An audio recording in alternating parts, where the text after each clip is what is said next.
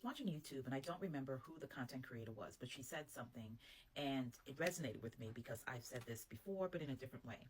And she said that we're now moving into a time where people are no longer looking for aspirational content. They're looking for inspirational content, right?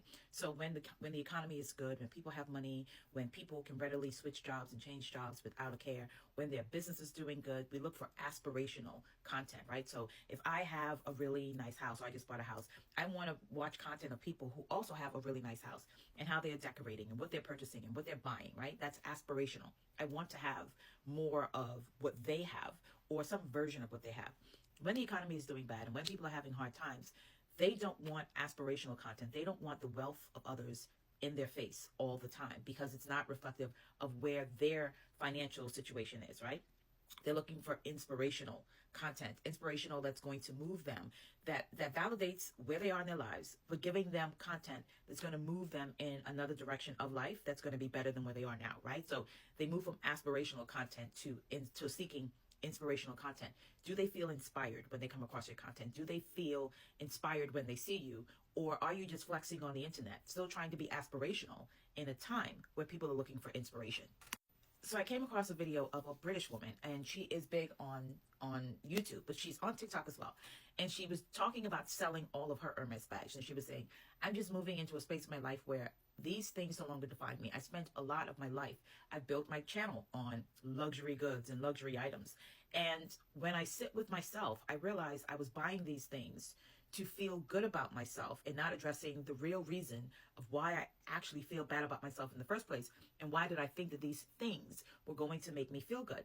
And if you go into the comment section of that post, it is nothing but women being upset with her and telling her, you will regret this. You will regret selling your bags. You will regret it. You will regret it.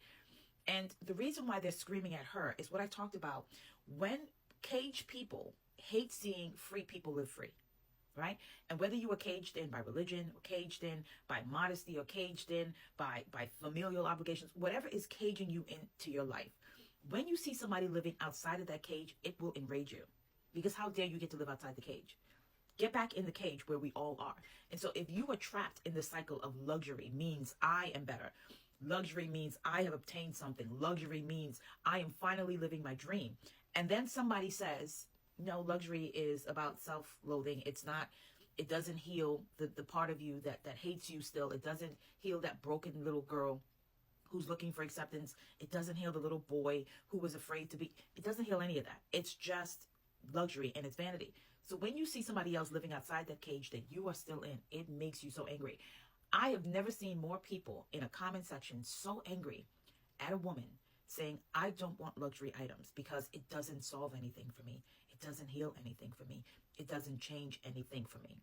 I was just covering up my wounds. I was covering up my negative self-talk. I was covering up the fact that I have no compassion for myself, no love for myself, no empathy for myself. I was just covering that up with these things. And because the other people aren't ready to face that truth within themselves, they don't want you facing that truth. And they don't want you telling anybody that luxury doesn't make you. Because that's what they're making their content about. They're making aspirational content. And here you are trying to make inspirational content that says, get centered in who you are. Love who you are. And the things that you wear, the things that you have, will never make you feel good about yourself if you don't address the things that made you feel bad about yourself in the first place. So here you are trying to make inspirational content, and they're stuck still making aspirational content because they're not ready to do their internal work. And when I tell you, this woman's comment section was in shambles. People screaming at her, telling her, you will regret selling those Hermes bags. You will regret not having those things. And she's saying, I regret buying them in the first place. And I regret that I made content that told other women that they are only valuable if they have these things. Seeing the comments and a lot of times the feedback from people who have engaged around my self-empathy scorecard, who literally take that scorecard and it is a mirror up to themselves. It is a mirror for you to figure out, do I really like myself? Because I believe you can be both aspirational and inspirational. But until you figure out what is going on with you and why you are truly trying to make aspirational content, you're not going to be able to influence people the way you want to influence them. Because if I'm making aspirational content because I have done the work, I have done the work on myself.